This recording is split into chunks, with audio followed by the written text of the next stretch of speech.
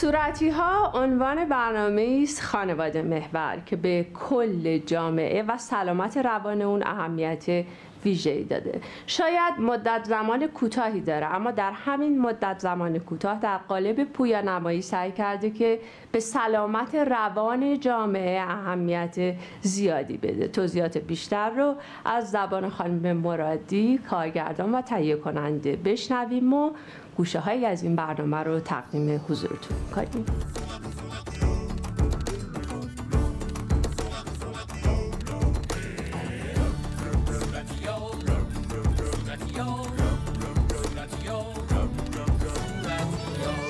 مجموعه انیمیشن صورتی ها بر اساس شخصیت اصلی این برنامه مامان صورتی نامگذاری شده که این امر باعث شده که در طراحی شخصیت ها و فضاسازی از طیف رنگی صورتی استفاده بشه. خانواده چه خانواده‌ای هستش؟ یه قدری بیشتر از این خانواده برامون بگین. بله، این خانواده که یک در واقع به تعبیر بین‌المللی فامیلی پرفکت تعریف شده، یک خانواده کامل و استاندارد هستند که به اهمیت خانواده و فلسفه زندگیشون مثبت اندیشی، کمک در خانواده و در واقع احساس مسئولیت اشاره میشه.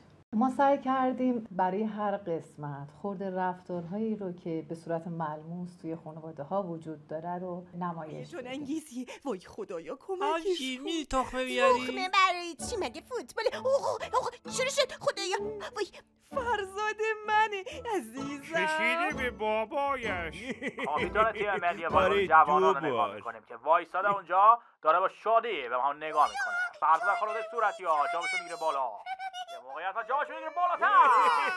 از توی اینجا